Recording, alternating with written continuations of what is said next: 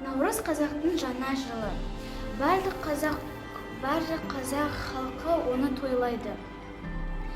22 наурыз күн мен түн теңеледі. Ұлыстың ұлы күні. Армысыздар жамағат.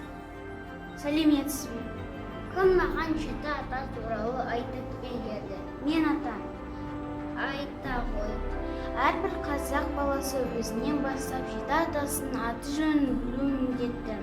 Мұны әке шешесі, ата әжесі айтуы тиіс. Жеті атасын білмеген жетесіз деген сөз бар.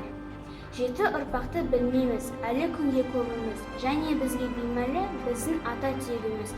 Ең алдымен сөз етем. Бірінші атам өз әкем, екіншісі атамыз, үшіншісі арғы атам, төртіншісі бабамыз, бесіншісі түп атам. Қалай тыныш жатамыз, маған да ат, ер бата. Алтыншысы тек ата, жетіншісі ұлы ата. Жарайсың қырағым, енді қолымызды жаяйық. Ұлыс оң болсын, ақмол болсын, қайда барсақ жол болсын. Ұлыс бақты болсын, төрткүлік ақты болсын. Ұлыс береке берсін, бәле жала жерге енсін. Ұлы халқым көп болсын, мүліктерін көп болсын. Қайғы уайым жоқ болсын, қуаныштарын көп болсын.